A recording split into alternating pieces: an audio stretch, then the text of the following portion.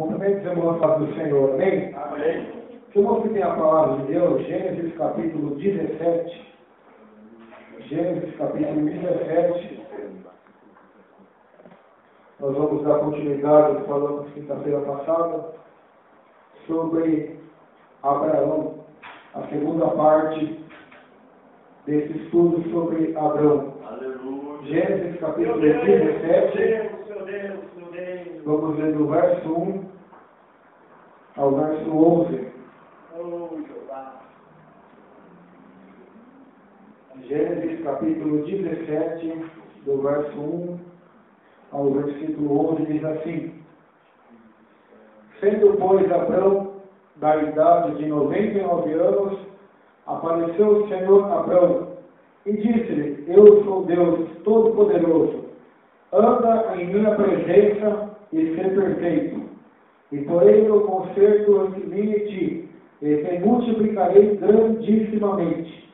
Então caiu Abrão sobre o seu rosto e falou Deus com ele, dizendo: Quanto a mim, eis o meu conserto contigo serás o pai de uma multidão de nações, e não se chamará mais o teu nome Abrão, que significa pai exaltado, mas Abraão, que significa pai de uma multidão, será o teu nome, porque por pai de multidão de nações te tenho posto, e te farei frutificar grandissimamente, e de ti farei nações, e reis sairão de ti, e estabelecerei o meu conserto entre mim e ti, e a tua semente depois de ti em suas gerações, por conserto perpétuo, para te ser a ti por Deus, e a tua semente depois de ti. E te darei a ti a tua semente depois de ti a terra de tuas peregrinações, toda a terra de Canaã, em perpétua possessão, e ser-lhe-eis o seu Deus. Disse mais Deus a Abrão: Meu Deus. Tu, porém, guardarás o meu conserto, tu e a tua semente depois de ti, nas suas gerações. Este é o meu conserto que guardareis entre mim e vós, e a tua semente depois de ti, que todo macho será circuncidado, e circuncidareis a carne do vosso prepúcio, e isto será por sinal do concerto entre mim e vós. O filho de 8 dias, pois, será circuncidado, todo macho nas vossas gerações, o nascido na casa, ou comprado por dinheiro, e qualquer estrangeiro que não for da tua semente. Com efeito será circuncidado, o nascido em tua casa, ou comprado por teu dinheiro, e estarás o meu conserto na vossa carne, por conserto perpétuo. E o macho com prepúcio, cuja carne do prepúcio não estiver circuncidada, aquela alma será extirpada dos seus povos. Quebrantou o meu conserto. Amém? Vamos orar, tira a sua cabeça. Senhor, nosso Deus e nosso Pai, estamos aqui, Senhor, na segunda parte desse estudo biográfico da história de Abraão, o pai da fé, aquele que foi chamado amigo de Deus, pai de todos aqueles que creem, exemplo para nós, meu Deus. Nesta noite, fala conosco, pelo poder maravilhoso e glorioso da sua santa e poderosa palavra. Deus eterno e poderoso, que te rogamos nesta noite e te agradecemos em nome de Jesus. Amém. Amém. Aleluia. Abraão. Quem aqui já ouviu falar de Abraão? Todo mundo já ouviu falar de Abraão. O pai da fé. Inclusive até passou uma reportagem na Record News de um repórter que ele fez uma série de documentários sobre Abraão, o pai da fé. Quem tiver a oportunidade de assistir, é interessante. Abraão. Deus fala com Abraão várias vezes. Nesse capítulo 17, Deus aparece novamente a Abraão quando ele tem 99 anos, antes de completar seu ano centésimo. E ele diz a Abraão: Eu sou o Deus Todo-Poderoso. Primeiramente, irmãos, para seguirmos os passos de Abraão, o pai da fé, devemos saber em nosso coração e em nossa vida que o nosso Deus é o Deus Todo-Poderoso. Devemos saber que Deus não há nada que Ele não possa fazer. Não há nada que Ele não possa realizar. Para Deus não existe impossível. Para Deus não existe dificuldade. Para Deus não existe força contrária ou força maior. Deus é o Deus Todo-Poderoso. Então, creia nessa noite. O Deus de Abraão é o Deus Todo-Poderoso. O Deus que nós cremos é o Deus Todo-Poderoso. É o Deus que tudo pode fazer. Jó disse no capítulo 42, versículo 2: Bem sei, Senhor, que tudo podes e nenhum dos teus pensamentos pode ser impedido. Se você está aqui essa noite não acreditando mais que para a tua causa, para a tua vida, para a tua família, para os teus sentimentos não existe mais jeito, não existe mais esperança. Nessa noite creia na palavra de Deus, assim como Abraão, que diz em Romanos capítulo 4, que Abraão creu contra a esperança. Mesmo que o seu corpo de Sara estava amortecido pela idade, Abraão não duvidou da promessa de Deus que era ter um filho, mas fortificou a sua fé, dando glória a Deus. Então pegue todas as suas impossibilidades, todas as suas barreiras e montanhas e coloque no chão nessa noite e fortaleça a sua fé, dando glória a Deus, porque o nosso Deus é o Deus Todo-Poderoso. Todo-Poderoso. E assim como Deus falou para Abraão: Abraão, anda em minha presença e ser perfeito. Deus está falando conosco nessa noite. Povo meu, anda na minha presença. Eis que estou convosco todos os dias até as consumações dos séculos. Eis que eu estou convosco. A presença de Deus está conosco. Em João capítulo 14, 15 e 16, Jesus fala aos apóstolos que convém que ele vai, porque quando ele for, ele enviará o Consolador, o Espírito Santo de Deus para estar conosco, para estar em nossas vidas. Ande na presença de Deus nessa noite. Ande na presença do Senhor. A Bíblia diz que nós que andou com Deus, que não é que andou com Deus. E o problema da maioria de nós é que nós estamos mais preocupados em andar com um, andar com o outro, em andar com aquele, andar com aquela, do que andar com Deus. Nessa noite, que o teu amigo seja o Senhor, que você ande com Deus, ande na presença de Deus e seja perfeito em Cristo para a glória de Deus. Foi só um jeito de ser perfeito em Cristo. Sem Cristo não há perfeição. Com Cristo a perfeição, a justiça, a santidade, a vida eterna. Só em Cristo conseguimos cumprir o mandamento de Deus. E depois nós vamos ver no decorrer desse texto que Deus vai falando com Abraão. Abraão, ele cai sobre o seu rosto, ou seja, ele se prostra no chão, coloca o seu rosto sobre os seus joelhos, se prostra diante de Deus. Mesmo Deus tendo grandes promessas na vida de Abraão, ele se prostra diante de Deus. Ele reverencia e adora a Deus. Irmãos, por que muitos de nós nunca vamos receber nada de Deus? Sabe por quê? Porque se Deus te dá o que você quer hoje, você não vai se prostrar diante dele. Não. Você vai catar o que ele te deu para você usar para o seu benefício, para o seu prazer, para o seu orgulho, para a sua vanglória, para você se ensoberbecer diante de outros homens ou mulheres, para você se achar o tal, se achar melhor. Por isso Deus não vai fazer muito daquilo que temos pedido, porque estamos pedindo mal. Mas se você resolver como Abraão nessa noite, adorar a Deus, se prostrar diante de Deus, quando Deus te der grandes promessas, Ele vai cumprir e Ele vai fazer maravilhas na sua vida. Desde que você deixe o seu orgulho e se prostre diante de Deus. Deus disse a Abraão: Abraão, vou te constituir pai de uma multidão de nações. Note que não é pai de uma multidão, é pai de uma multidão de nações, de famílias, de povos, de países, uma pai de multidões. Não é multidão de pessoas, é multidão de nações.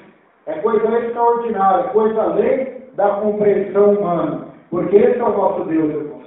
Deus não é um Deus de miséria, não é um Deus de coisas pequenas, não é um Deus de promessas pequenininhas, não. Deus é um Deus grande, poderoso e santo, e faz coisas gloriosas e maravilhosas, além daquilo que pedimos ou imaginamos. Se você está aqui pensando pequeno, se você está aqui achando pequeno em sua mente humana, nessa noite comece a pensar grande, comece a buscar coisas grandes de Deus, gloriosas de Deus, porque essas Deus tem para nos dar nessa noite, essas Deus tem para fazer em vossas vidas nesta noite. Não são promessas pequenas, não são promessas fáceis, são promessas impossíveis. É as promessas que Deus tem para nós. São impossíveis. Para que quando realizadas forem, você saiba que não foi a sua habilidade, mas foi Deus que fez, foi a glória de Deus que fez. Deus muda o nome de Abraão para Abraão. Abraão significa pai exaltado. Abraão, pai de uma multidão, pai de nações, pai de uma multidão. E Deus muda o nome de Abraão. E não é só de Abraão que o nome é mudado na Bíblia, irmãos. Nós vamos ver Jacó, que é neto de Abraão. Deus muda o nome dele do voto de Jacó para Israel. Jacó significa usurpador, capaceiro. E Deus, quando ali estava uma luta com o anjo do Senhor, a Bíblia diz que o nome dele já não se chamaria mais Jacó, mas Israel, que significa príncipe de Deus. Porque como príncipe lutaste com Deus e prevaleceste. E não só no Antigo Testamento, no Novo. Nós vemos Jesus escolhendo os 12 apóstolos, um deles se chama Simão. E Jesus olha para Simão e diz, a partir de hoje não será chamado de Simão, mas será chamado de Pedro, aleluia. Mudou o nome do apóstolo. Saulo, o perseguidor, em Atos capítulo 9, Saulo assolava a igreja, perseguia a igreja. Quando ele tem um encontro com Jesus, Deus transforma ele em Paulo, significa o pequeno. Deus transforma aquele homem orgulhoso para o Deus grande no homem pequeno, para que esse vaso pequeno ele pudesse encher de azeite e enviar as nações para fazer a obra dele. Deus muda nome, Deus muda caráter, personalidade, quando Ele tem uma obra para fazer. Por isso que você está aqui nessa noite achando, será que eu consigo mudar? Será que eu mudo? Será que Deus vai me mudar? A Bíblia diz que aqueles que estão em Cristo são novas criaturas. As coisas velhas se passaram, eis que tudo se fará novo. Deus muda. Algum irmão abre aí, em Apocalipse 19, capítulo 2, versículo 17, uma promessa de Deus de mudar o nosso nome no céu. Apocalipse capítulo 2, verso 17, aleluia. Apocalipse capítulo 2, quem achou pode ler, verso 17. Quem tem ouvidos, ouça o que o Espírito diz à igreja. Ao que vencer, darei eu a comer no maná escondido. E dar-lhe uma pedra branca, e na pedra um novo nome, escrito o qual ninguém conhece, senão aquele que o recebe. Um novo nome escrito, o qual ninguém conhece, senão aquele que o recebe. Olha só que promessa de Deus, que Deus tem para aqueles que vão aos céus. Um novo nome, uma nova história, uma nova vida. Porque a Bíblia diz que no céu será um novo céu, uma nova terra. E será um novo nome, uma nova vida. As coisas velhas vão ser passadas, as lembranças antigas vão ser esquecidas, não existirá dor, nem morte, nem angústia, pois para sempre as pessoas estarão ali com o Cordeiro e com o Senhor, na presença do eterno Deus para sempre. Deus tem promessas de mudar o nome daqueles que são fiéis ao Senhor. Aleluia! Quantos na guerra eram conhecidos como bandidos, ladrões, drogados, prostitutas, mentirosos, alcoólatras, idólatras, feiticeiros, e quando conhecem a Jesus, são transformados da água para o vinho. Porque é isso, meus irmãos, que o Evangelho faz. Ele é um Evangelho de transformação. Como eu sei que eu sou salvo? Que eu aceitei a Jesus pela transformação que Ele faz na minha vida, pela paz que Ele dá em meu coração, pela alegria que Ele dá em minha alma. O Evangelho não é teologia, não é ideologia de pensamento, não é filosofia. O Evangelho é mudança de vida, é transformação do ser humano. Uma pessoa que vivia presa por demônios, presa por pecado, presa na angústia, na depressão, no medo, na solidão, no egoísmo, na mentira, é liberta da mentira para servir a verdade do Senhor. Isso é o que Deus quer fazer na sua vida nessa noite. Além daquilo que você veio buscar aqui, coisas humanas, coisas pequenas, Deus manda lhe dizer que a principal preocupação dele nessa noite é com a tua alma, é com a tua vida espiritual. Se você morrer agora, para onde vai? Para onde será a tua salvação e o teu destino eterno nessa noite? Se você vier a tombar nesse dia. A obra mais principal de Deus é mudar o nosso nome, é nos salvar, é transformar o nosso caráter e transformar a nossa vida. Muitos não querem um Deus que transforma caráter. Muitos querem hoje um Deus que dá dinheiro, dá prosperidade, um Deus que dá um bom casamento, um Deus que dá um bom emprego, uma boa casa, uma boa família, um Deus somente de coisas humanas e terrenas. Deus é muito mais, irmão, daquilo que os teus olhos enxergam, daquilo que o teu coração sente e os teus pensamentos pensam, daquilo que os teus sentidos humanos sentem. Deus é eterno, Deus é invisível, Deus é Espírito, e importa que os seus adoradores o adorem no Espírito e em verdade. Deus agita numa direção transcendental e Ele quer que eu e você vamos com Ele para a glória também. Eu te espero em Cristo somente para esta vida. A Bíblia diz: são os mais infelizes e miseráveis da terra. Então creia nessa noite. Deus quer mudar seu caráter, mudar o seu nome. Jacó era um enganador, um trapaceiro, um homem egoísta, um homem que vivia em busca somente dos seus sonhos. E quando ele tem um encontro com Deus, Deus transforma ele em príncipe de Deus. Deus transforma aquela vida. O Gadareno, a Bíblia diz que ele vivia preso em algemas, em grilhões, e quebrava aqueles grilhões, vivia no meio dos cemitérios, dos sepulcros, feria a si mesmo com pedras, cheio de legiões de demônios. Todo mundo tinha medo deles, levitas tinham medo deles, sacerdotes tinham medo deles, fariseus tinham medo deles, os publicanos e pecadores tinham medo deles. Ninguém chegava perto daquele homem, mas a Bíblia diz que o Martim estava indo ao encontro dele. Uma tempestade veio, Jesus acalma aquela tempestade, e quando ele chega na beira da praia, aquele demoniado de Gadara chega até ele, se cai de joelho no chão e diz: bem sei que tu és o Santo de Deus, porque vieste nos atormentar antes da hora. E Jesus manda embora aqueles demônios para a manada de porcos, e a Bíblia diz que aquele jovem que outrora era carregado de demônios, vivia no cemitério, só dava trabalho, a família já tinha expulsado ele de casa, agora estava sentado, são e em perfeito juízo. E aquele jovem disse a Jesus: Jesus, eu quero te seguir agora. E Jesus disse: não, eu não quero que você me siga aqui, eu quero que você volte à sua terra e conte como Deus teve misericórdia de ti. E aquele jovem vai por Decápolis, 10 cidades, evangelizando e falando que Jesus tinha feito na vida dele e transformado a vida dele. Porque Deus é um Deus de transformação. Deus é um Deus que muda a nossa história, o nosso sentimento.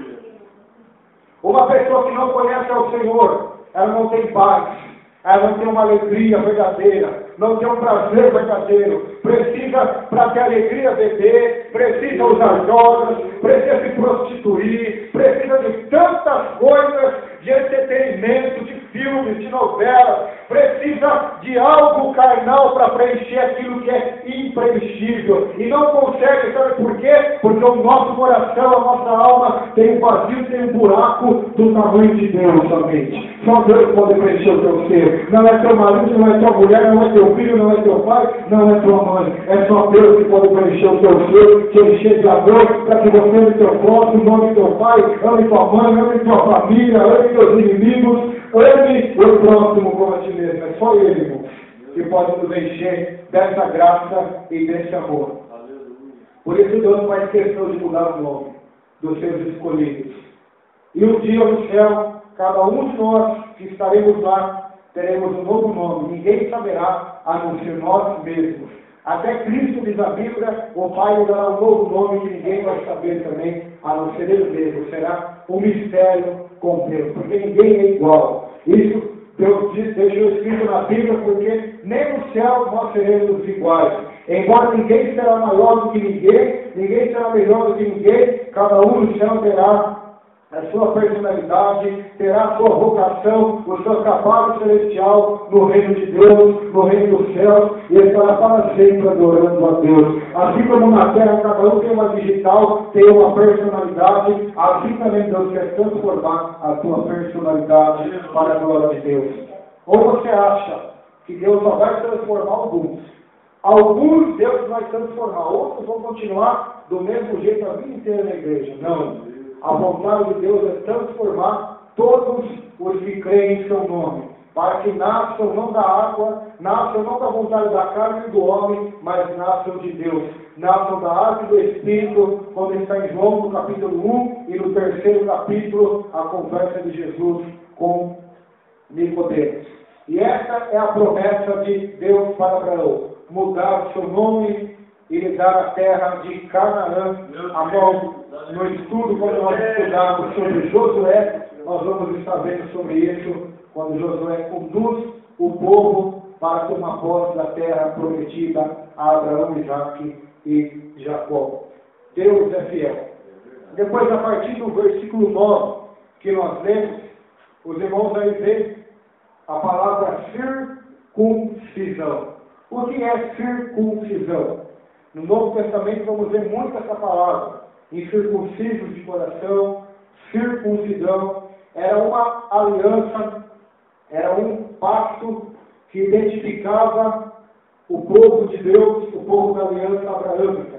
Era cortar o prepúcio do órgão genital masculino, cortava-se quando a criança nascia, ou se ele viesse a se converter a religião de Abraão, viesse se converter ao judaísmo, então era cortado o prepúcio. O que significa essa circuncisão? Identificar o povo da aliança abraâmica. Era uma marca. Eles tinham uma marca, e nessa marca era o sinal da aliança de Abraão. Uma marca íntima, uma marca de intimidade. Essa é a marca que Deus quer fazer no nosso coração nessa noite. A marca da intimidade. A circuncisão não do corpo, mas como diz o Novo Testamento, a circuncisão no coração. A marca de Deus no seu coração. A marca de Deus na sua alma. Apocalipse 13 diz que haverá a marca da besta, 666, qual ninguém vai poder comprar nem vender se não tiver a marca da besta. E eu estava vendo na internet esses dias algo muito interessante que me deixou chocado. Os irmãos sabem, os irmãos que acompanham os jornais, sabem que a Europa está em crise financeira. A Europa, os Estados Unidos, no Brasil não foi muito afetado, graças a Deus, mas o mundo inteiro passa por dificuldades financeiras. E o Papa, a maior autoridade da Igreja Católica, ele sanciona um documento mandando a ONU, aos líderes das Nações Unidas, para pedir às Nações Unidas que formulem uma nova ordem mundial financeira. O que é isso? É um dinheiro para o mundo inteiro. Não haverá mais real, dólar, euro, ien, que é o dinheiro japonês, pila, que é o dinheiro argentino. Não haverá mais nada disso. Será uma única moeda. E o que me deixa mais atônito é que a Bíblia diz, Apocalipse 13, que haverá só um governo, uma só moeda, uma só religião, que será o ecumenismo, a religião do anticristo, onde será a mistura de todas as religiões: budismo, cristianismo, islamismo, judaísmo, hinduísmo, tudo em uma só religião, um só governo, um só líder e um só sistema financeiro mundial. O mundo já está caminhando para o cumprimento da palavra de Deus. E para que a pessoa puder comprar ou vender, ela terá que ter essa marca, o 666. Alguns teólogos acreditam que será tatuagem, uma marca de tatuagem, outros um código de barra tatuado na mão. Mas para aqueles que creem na tecnologia, será um chip que será implantado na mão direita ou na testa. Fale se você quiser. Sabe por que esse chip já é implantado, já passou na televisão? Animais que têm esse chip implantado, por GPS para as pessoas monitorar onde esses animais estão. Pessoas famosas que têm esse GPS, têm esse chip, elas forem sequestradas pelo GPS, a polícia vai saber onde ela está. Então não tem como ela se esconder aos olhos do governo. E esse chip, segundo os cientistas, o melhor lugar para ser implantado é na mão direita ou na testa, por causa da carga do nosso corpo, que tem temperatura, tem calor, e vai deixar com essas baterias desses chips, não precisam ser recarregadas, elas se carreguem com a própria energia do corpo humano. Façam se vocês quiserem. Quando isso começar a aparecer na mídia, eles não vão mostrar o benefício. É bom ter esse chip, porque não vai precisar ter dinheiro, já não vai ter mais roubo. Se algum preso fugir da cadeia, a gente vai saber onde ele está. Então, eles vão trazer só os benefícios. Mas o que está por trás disso é o controle mundial. Todo mundo que tiver essa marca vai estar controlado pelo governo. Já não vai ter privacidade, eles vão saber onde você está, o que você está fazendo. Isso será a nova ordem mundial, onde vai ter uma única moeda que ninguém vai poder comprar ou vender se não tiver a marca da besta. E Apocalipse também diz que aqueles que tiverem a marca da besta vão tomar das taças da ira do Deus Todo-Poderoso. Por que eu estou dizendo da marca da besta? Porque aqui nós vemos a marca de Deus.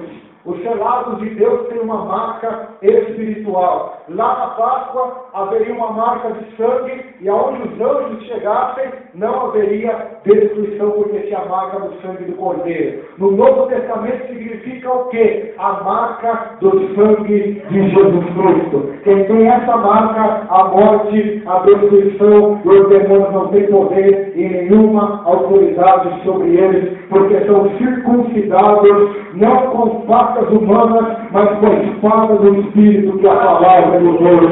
Com o sangue do Cordeiro, da nova aliança, do Novo Testamento, que Jesus faz com a humanidade. É uma marca. Assim como eles tinham essa marca no Antigo Testamento, que serviria de figura e sombra para a verdadeira marca. Por que cortar?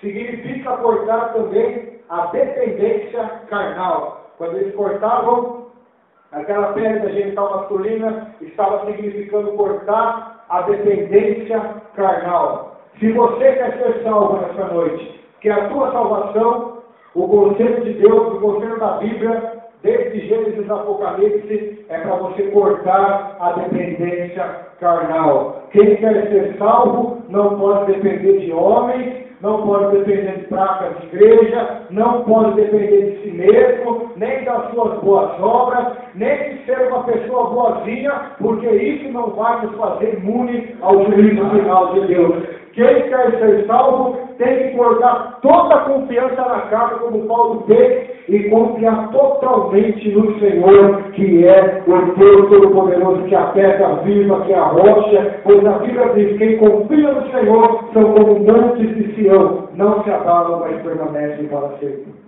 Cortar a dependência carnal. Por meios carnais ninguém é salvo, por obras carnais ninguém consegue ser salvo. Como preguei aqui esses dias, quando Adão e Eva pecaram, eles fizeram folhas de figueira, que para Deus não serviu para nada.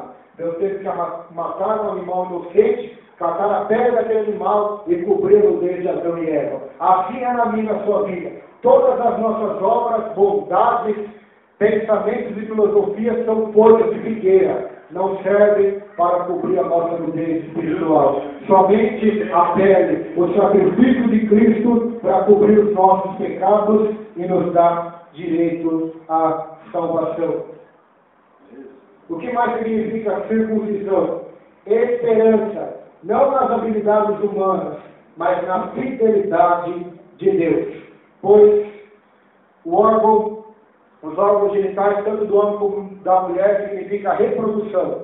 E qual é a promessa de Deus para Abraão? A reprodução, a multiplicação das nações, multidões de nações. Ou seja, Deus está falando assim: Abraão, eu vou cumprir a promessa na sua vida, mas saiba que não é pelo esforço da sua descendência que haverá multiplicação. Não, é na minha fidelidade, na fidelidade da minha aliança e da minha promessa. Pois o mesmo Abraão, no capítulo 16, já tinha errado, tentado ajudar Deus quando teve um filho com Agar, e aquilo não foi abençoado por Deus, porque não era filho da promessa, era filho da carne, do esforço, do mérito e do pensamento humano. Por isso, irmãos, não basta fazer somente parte de uma igreja evangélica, ter carteirinha de membro, ser pregador, evangelista, pastor, apóstolo, seja o que for. Para ir para o céu tem que ter a marca da promessa, tem que ser filho da promessa, porque os filhos da carne não conseguem. E quantos filhos da carne são gerados nas igrejas hoje? Não conseguem ganhar almas? Então vamos fazer um concerto na igreja de rock and roll. Vamos deixar o mundo entrar na igreja. Vamos deixar o pecado para que mais gente venha e não vamos repreender, vamos deixar eles como quiserem. Mas quando Jesus voltar, ninguém será salvo. Por quê? Porque foram filhos da carne, dos esforços ministeriais humanos dos líderes, mas não foram filhos gerados pela promessa da salvação de Deus. Não foram filhos da promessa. Então, irmãos, nessa noite, corte toda a sua dependência carnal, toda a sua dependência nas suas habilidades e confie na fidelidade de Deus. Em Romanos, capítulo 2, diz-nos algo muito interessante sobre a circuncisão. O que o Novo Testamento diz sobre isso. Romanos 2, versículo 22 diz assim. Romanos, capítulo de número 2,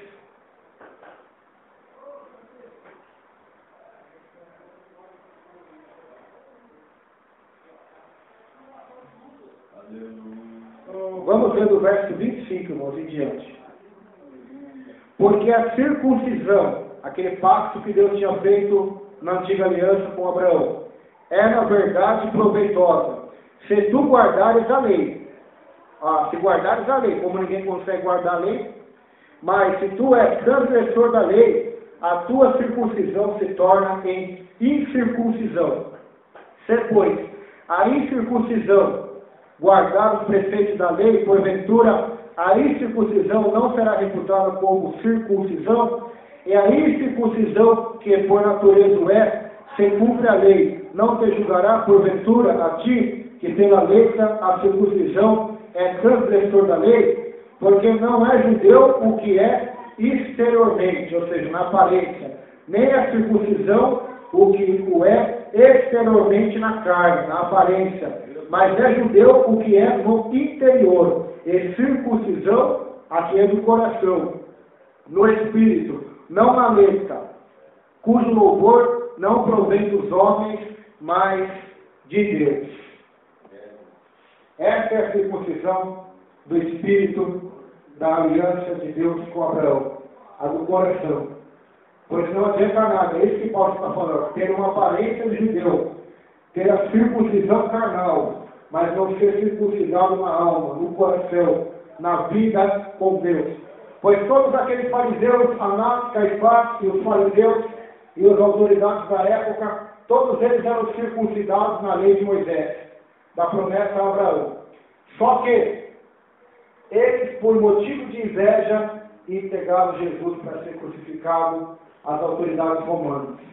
Então eles eram somente na aparência, mas nas suas obras, no seu caráter, no seu coração, a Bíblia diz em João 8,44 que eles eram filhos do diabo. Pois quando Jesus fala, vós tendes por pai o diabo, ele está falando aos fariseus e doutores da lei. Então para Deus não importa a aparência, importa se o nosso coração foi transformado para a glória de Deus.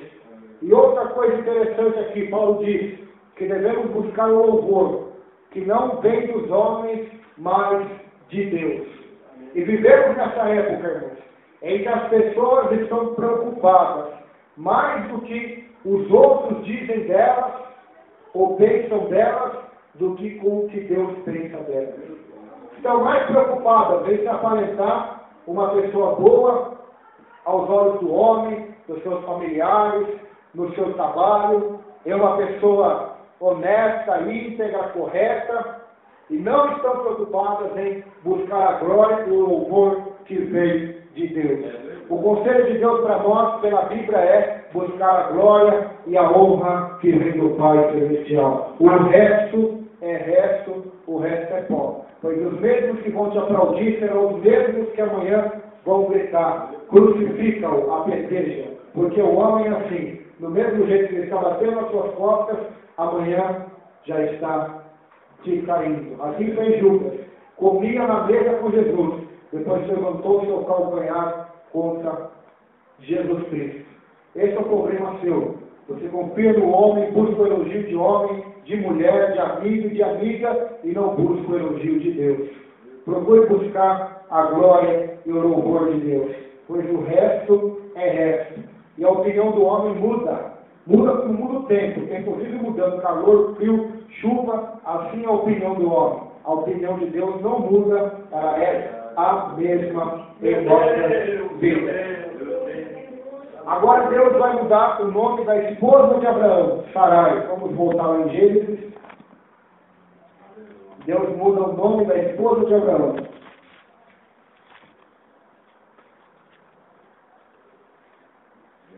A obra de Deus é completa, irmãos. Gênesis 17, verso 15.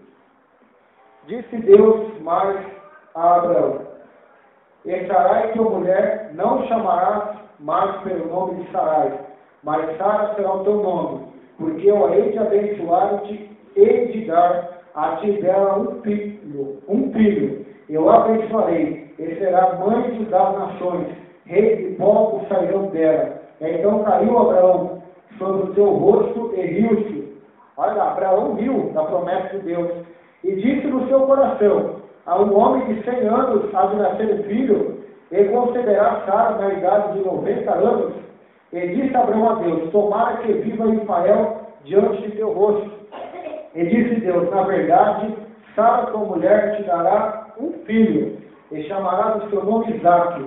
É com ele estabelecerei o meu concerto, e por concerto perpétuo para a tua semente depois dele. Irmãos, o pai da fé também duvidou. Duvidou? Está escrito aqui, os irmãos acabaram de ler. Ele riu. Ele disse, não falou com a boca, mas falou em seu coração: mas como? Eu já tenho 100 anos. Minha mulher já está com 90. Como que nós vamos ter filhos ainda? Isso é impossível. Nós temos filhos ainda. E todo cristão verdadeiro passa por momentos de dúvida sobre a sua fé. Passa? Já passou, pastor? Passamos e vamos passar por momentos de dúvida. Quem aqui já passou? Quem aqui já duvidou que Deus era por ele? Todos nós, por mais que não falamos com a boca, em nosso coração, duvidamos. Mas por que Deus deixou isso acontecer? Por que Deus permitiu isso? Deus me fez uma promessa que ele dá um filho, mas já faz mais de 30 anos e não aconteceu nada. Assim estava com Abraão. Já faz um tempo e essa promessa não se cumpriu. Aqui é o segredo das pernas. Quem é de Deus, ouve as palavras de Deus. Quem é de Deus, persevera em Deus. Não desiste, não desanima, não para. Mesmo duvidando às vezes, mesmo se arrastando, ele continua olhando para o alvo, para o autor e continuador da fé, que é Jesus de Nazaré. Olhe para Jesus, não olhe para as suas dúvidas, não olhe para as suas impossibilidades. Sabe por que Abraão duvidou? Porque ele olhou para o Deus da promessa. Ele olhou para o seu corpo. Seu corpo já estava velho, de 100 anos. A sua esposa já estava com 90. Ele olhou para a aparência. Ele olhou para as suas habilidades. Ele olhou para a sua força física. Olhou para a força física da sua mulher. E quando você olha para a circunstância da sua vida, irmão, Deus está falando com pessoas aqui. Ela vai chegar. Quando você olha para o problema que você tem passado no seu casamento, porque as pessoas têm zombado de você, você passa a ficar fraco na fé. Você começa a questionar o porquê de tudo isso acontecer. A dúvida começa a entrar no seu coração e você já não consegue mais acreditar. Ainda que um pregador aqui está pregando e dizendo: Deus pode mudar a sua vida, transformar. Mas pelo fato de você continuar com os olhos fitados nas circunstâncias da sua vida, você começa até rir, até não acreditar. Assim como Abraão, ele riu. Deus disse: eu vou te dar um filho. Olha que é Deus, não é um homem que está falando com vocês aqui, porque hoje é um homem que está utilizando-se da Bíblia, que a palavra de Deus vai falar com você. Mas imagine o próprio Deus falando audivelmente com você, que vai te abençoar, e você dando risada do risado. É algo totalmente maior do que nós imaginamos. E assim aconteceu com Abraão. O próprio Deus falando com ele, e ele rindo, e ele duvidando, aleluia. Mas fiel é aquele que prometeu, também o fará. Deus é fiel, mesmo que você for fiel, pois ele não pode negar a sua palavra a si mesmo, a sua pessoa. Creia hoje, irmão. Creia hoje, irmão. Você que está aqui fraco, duvidando, dizendo, eu vou lá, quero ver se Deus fala realmente comigo. Eu quero ver se Deus realmente revela o que eu estou passando. Abaixando, eu quero mandar abaixar. Deus está falando com você essa noite. Não ria, não duvide, acredite. Não olhe para suas contas financeiras. Não olhe para as brigas conjugais. Não olhe para as críticas, para as portas que estão fechadas. Não olhe para o seu coração que está com raiva, com ira. Olhe para o Deus da promessa nessa noite. Quando você menos esperar, Ele muda a sua história, muda o seu coração, muda o seu pensamento, muda a sua vida, muda da água para o vinho, porque Ele é fiel. Corta a sua dependência na carne hoje. Corte as suas dependências nas suas habilidades e confia totalmente naquele que prometeu, porque Ele é fiel para cumprir aquilo que Ele prometeu. Aleluia. Ele é fiel para cumprir aquilo que Ele prometeu. Gênesis capítulo 18. Gênesis capítulo 18. Vamos ler do verso 1 ao 2 somente, depois vamos para o 9. O visitante divino, Deus aparece a Abraão. Depois apareceu-lhe o Senhor nos carvalhais de Mamre, estando ele assentado à porta da tenda quando tinha descido o dia. E levantou os olhos e olhou, e eis 3 varões que estavam em pé junto a ele. E vendo-os, correu da porta da tenda ao seu encontro e inclinou-se à terra. Versículo 9. Agora, Deus falando com Abraão, através daquela aparição. E disseram-lhe, onde está Sara, tua mulher? E ele disse, eila, aí está na tenda. E disse, certamente tornarei a ti por este tempo, da vida. Eis que Sara, tua mulher, terá um filho. E ouviu Sara a porta da tenda que estava atrás dele. Sara só ouvindo a conversa de longe. E eram Abraão e Sara já velhos e adiantados em idade. Já a Sara havia cessado o costume das mulheres, a menstruação. Assim, pois, viu-se Sara consigo, dizendo, terei ainda deleite, depois de haver envelhecido, sendo também o meu senhor já velho? E disse o Senhor a Abraão, por que se riu Sara, dizendo, na verdade gerarei eu ainda, havendo já envelhecido? Olha o versículo 14, que lindo. Haveria coisa alguma de vista ao Senhor? Ao tempo determinado tornarei a ti por este tempo da vida, e Sara terá um filho. E Sara negou, dizendo, não me ri, porquanto temeu. E ele disse, não digas isso, porque te ristes. Aleluia, glória a Deus. O Senhor, junto com 2 anjos, agora vai até a casa de Abraão. Ali eles têm um jantar, um banquete. E depois Deus começa a dizer para Abraão, onde está a sua mulher? Onde está Sara? Está ali na tenda, só ele escutando a conversa de longe. É um costume antigo que até hoje perdura. Escutar conversa de longe, escutar conversa no telefone. Acho que se tivesse gente aqui, se pudesse, eu queria escutar a conversa do marido no telefone, escutar a conversa dos filhos. Aqui era Sara, só escutando de longe a conversa. E ele disse que ia tornar até ele e ela ia dar um filho. E a Bíblia diz que ela só escutando e riu. Ah, ninguém está me vendo, só aqui atrás da tenda. E ela viu. Só que ela se esqueceu que quem estava ali não era um anjo. Porque se fosse um anjo, o anjo não era onisciente, não ia saber que ela estava rindo. Mas era o Senhor ali. Era uma aparição do próprio Senhor ali, em forma humana.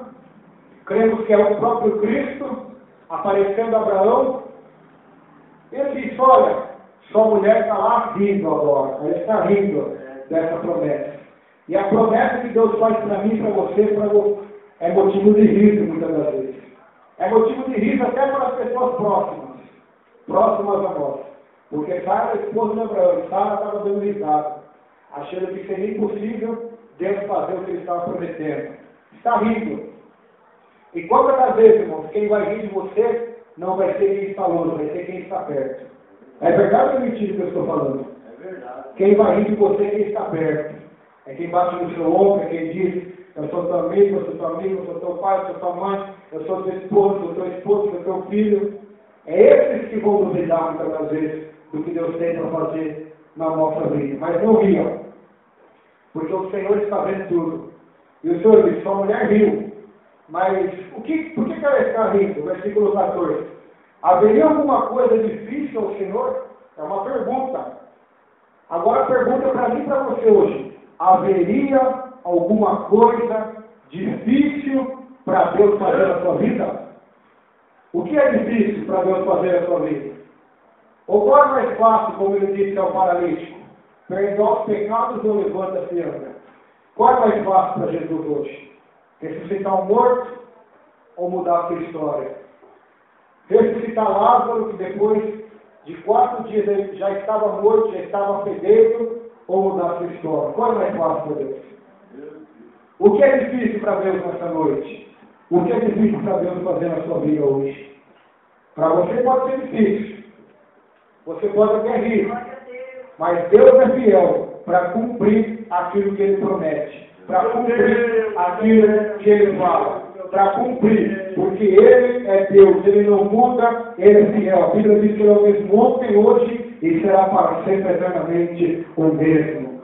Sara riu. Ela duvidou. Ela não acreditou. Mas depois, quando ela tem um filho, sabe qual é o nome do filho? Isaac. O que significa o nome Isaac no hebraico? Sabe o que significa? Deus me deu motivo para rir.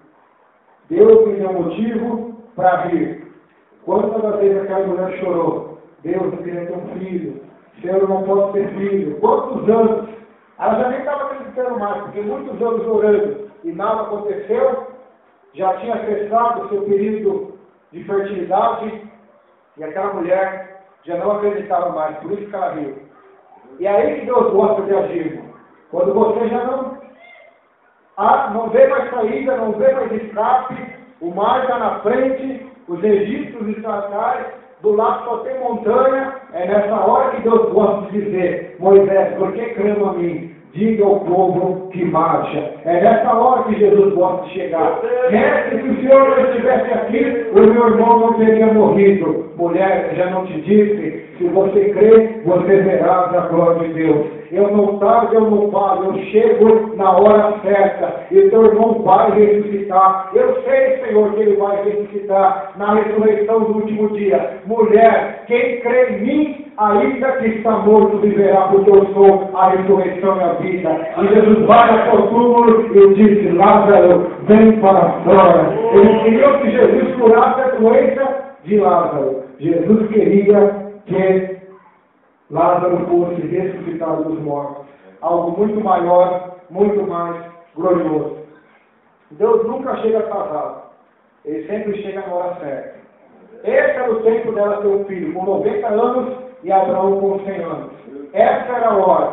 Essa era o tempo pré-determinado por Deus pela sua soberania. Por isso, meus irmãos, creia, porque no tempo certo, na hora certa, o milagre de Deus acontece. E o que te deu muito motivo de choro, de ação e angústia, Deus vai converter a sua angústia em alegria, as suas lágrimas em sorriso, a morte em vida, porque Deus é fiel. Bem-aventurado aqueles que choram, disse Jesus, porque serão consolados por Deus. É isso que Deus fez com Abraão. Deus me deu motivo para rir. O seu nome será chamado Isaac. Quem crê hoje que Deus vai te dar um motivo para rir nessa noite? Não vai ser aquela risada forçada, ou aquela risada de piada, ou aquela risada de simplesmente risada de algo engraçado. Mas vai ser uma risada de alegria verdadeira na sua alma. De alegria por ver Deus te dando uma bênção, uma vitória, que tanto você tem buscado e pedido. Deus quer lhe dar um Isaac nessa noite. Motivo para você se alegrar e para você dar glória e honra ao nome dele. Aleluia. Glórias ao nome do Senhor. Última parte dessa mensagem para encerrar. Depois nós continuamos ela quinta-feira, se Deus quiser, a terceira parte da vida e da obra de Abraão. Versículo 16. Agora aqueles mesmos varões que estavam dando motivo de alegria para Abraão e Sara, agora eles vão executar o juízo de Deus. Você vai ler aí. 16. E levantaram-se aqueles varões dali e olhavam para a banda de Sodoma. E Abraão ia com eles, acompanhando-os. Olha só que lindo que Deus vai falar-nos. E disse o Senhor: ocultarei eu a Abraão o que eu faço? O que faço? Visto que Abraão certamente virá a ser uma grande e poderosa nação, e nele serão benditas todas as nações e famílias da terra, porque eu tenho conhecido que ele há de ordenar a seus filhos e a sua casa depois dele, para que guarde o caminho do Senhor. Deus já sabia até do futuro dos netos de Abraão. E tem gente que fala que pega Deus de surpresa ainda. Para agirem com justiça e juízo, para que o Senhor faça vir sobre Abraão o que acerca dele tem falado. Disse mais o Senhor: porquanto o clamor de Sodoma e Gomorra se tem multiplicado, e porquanto o seu pecado se tem agravado muito, descerei agora e verei se com efeito tem praticado segundo este clamor, que é vindo até mim, e senão sabê-lo-ei. Então viraram aqueles varões do rosto dali e foram-se para Sodoma, mas Abraão ficou ainda em pé diante da face do Senhor. Olha a intimidade de Abraão. Nós vemos em Gênesis 17 que Deus fala para Abraão: anda na minha presença. Agora Deus tem um propósito, e esse propósito é descer até Sodoma e Gomorra, porque o pecado daquela cidade tinha subido até Deus, e Deus estava com um projeto de destruir aquela cidade. E Deus disse no versículo 17: será que eu vou esconder de Abraão, eu vou ocultar o que eu farei com aquela cidade? A Bíblia diz, se não me falha a memória, no livro de Zacarias, que Deus não faz nada sem antes revelar aos seus servos os profetas. E em Salmo 25 diz que os segredos do Senhor, a intimidade do Senhor é para aqueles que o amam. E vemos no Evangelho Jesus ensinava por parábolas, e muitos não entendiam. Só os discípulos, em particular, chegavam até Jesus e perguntavam o significado. E Jesus olhava para eles e dizia: olha, a vocês é dado conhecer os mistérios do reino de Deus, mas a eles não, mas a vocês são, porque vocês são íntimos meus. Então, meus irmãos, se tem coisa gostosa, é você ter intimidade com Jesus, é você orar, conversar com Ele, dialogar, andar na presença dEle, estarmos juntos, buscando a Deus, tendo uma vida em justiça, em amor diante de Deus, diante da sociedade, porque Deus revela os seus segredos, a sua palavra, o seu poder aos seus servos, os profetas. Por que eu leio a Bíblia e não entendo?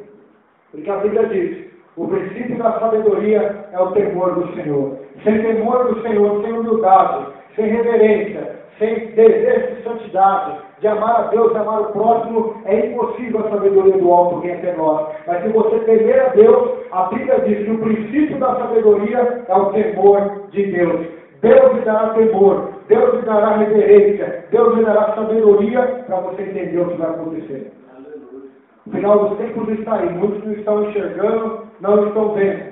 A marca da besta, os sinais, os terremotos, os falsos profetas, as igrejas evangélicas apostatando da fé, correndo atrás do dinheiro somente, das coisas materiais, e Jesus Cristo está voltando. Se prepara nessa noite, aleluia. Porque ele não vai ser oculto aos olhos de quem está preparado, mas quem está preparado vai ouvir o som da trombeta e vai ser arrebatado para estar para sempre com o Senhor. Deus tem intimidade com o seu servo. Aqui Deus diz a Abraão o que vai acontecer. Agora vamos ver o Abraão, o pai da fé, o amigo de Deus, o íntimo de Deus. Agora Abraão, o intercessor, ou seja, aquele que vai interceder por Sodoma e Gomorra. Vamos ver. 23º versículo, diz assim: chegou-se Abraão dizendo: destruirás também o justo com o ímpio? Ele dizendo para Deus: Se porventura houver 50 justos na cidade, destruí-los-á também, e não pouparás lugar por causa dos 50 justos que estão dentro dela? Longe de ti que faças tal coisa, que mate o justo com o ímpio, que o justo seja como o ímpio. Longe de ti seja, não faria justiça o juiz de toda a terra? Então disse o Senhor: se eu em Sodoma achar 50 justos dentro da cidade, pouparei todo lugar por amor deles. E respondeu Abraão, dizendo: eis que agora me atrevi a falar ao Senhor, ainda que eu sou pó e cinza. Se porventura faltarem de 50 justos, 5, destruirás por aqueles 5 toda a cidade? E disse: não a destruirei, se eu achar ali 45. Ele continuou ainda a falar e disse: se porventura achar ali 40, disse: não farei por amor dos 40. Disse mais Abraão: ora, não sei ir o Senhor, se eu falar, se porventura se achar ali 30. E disse: não farei se achar ali 30. E disse: eis que agora me atrevi a falar ao Senhor, se porventura se achar ali 20. Disse: não a destruirei por amor dos 20. Disse mais: ora, não sei ir o Senhor, que ainda só mais desta vez falo, e se porventura se achar ali 10, e disse: não a destruirei por amor dos 10. E foi-se o Senhor quando acabou de falar a Abraão, e Abraão tornou para o seu lugar. Aqui é uma intercessão. Abraão está orando por Sodoma e Gomorra, e ele está argumentando com Deus, dialogando com Deus, dizendo: Deus, o Senhor vai destruir o justo com o ímpio? Se tiver ali 50 justos, o Senhor vai destruir Sodoma e Gomorra? Deus disse: não, por amor dos 50 eu não vou destruir. Então é por isso, irmãos, que Deus não destrói essa terra hoje. Que o juízo ainda não vem, porque tem pessoas justas aos olhos de Deus, que servem a Deus, que amam a Deus, que têm o coração na presença de Deus, que são circuncidados no coração, que têm a marca do sangue, a marca da promessa. Por isso que não há juízo de Deus. O mesmo Deus que faz rir aqueles que nele creem, faz chorar, ranger os dentes aqueles que são desobedientes à sua palavra. Esse é o Deus da Bíblia, irmãos. Não viemos aqui para pregar o Evangelho light para você, para dizer para você: não, Deus é amor, Deus é bom, pode continuar no pecado, no erro, que Deus no final das contas vai te perdoar. Não. Jesus disse para a mulher adúltera: vai, não peque mais. A mulher samaritana queria beber da água viva. Jesus disse: chama teu marido. Ela disse: eu não tenho marido. Você disse bem, mulher, porque já está no quinto e esse não é teu. Jesus é fiel, aleluia. Jesus é fiel. Busque andar integridade e justiça, porque o mesmo Deus que dá Isaac dos fiéis é o mesmo Deus que faz chover fogo no enxofre do céu para destruir a cidade do pecado. Então nessa noite acorde, Abraão intercedendo e dizendo: não faria justiça ao juiz de toda a terra. E o que eu acho lindo de Abraão, por mais que ele foi um grande homem na Bíblia, olha o que ele disse no verso 27. E respondeu Abraão: eis que agora me atrevi a falar ao Senhor, ainda que eu sou pó e cinza. Quem aqui sabe que é pó e cinza, levanta a mão. Nossa, eu não queria ouvir isso aqui hoje. Eu sou pó e cinza, você é pó e você é cinza. Como disse Jó, você veio nu e você vai nu. Como disse Salomão em Eclesiastes 12, o pó volte à terra e o espírito volte a Deus, seu Deus. Como disse Davi no Salmo 103, lembra-te, Deus, que eu sou o pó. Nós somos pó, somos cinza. Paulo disse: eu sou miserável e pecador.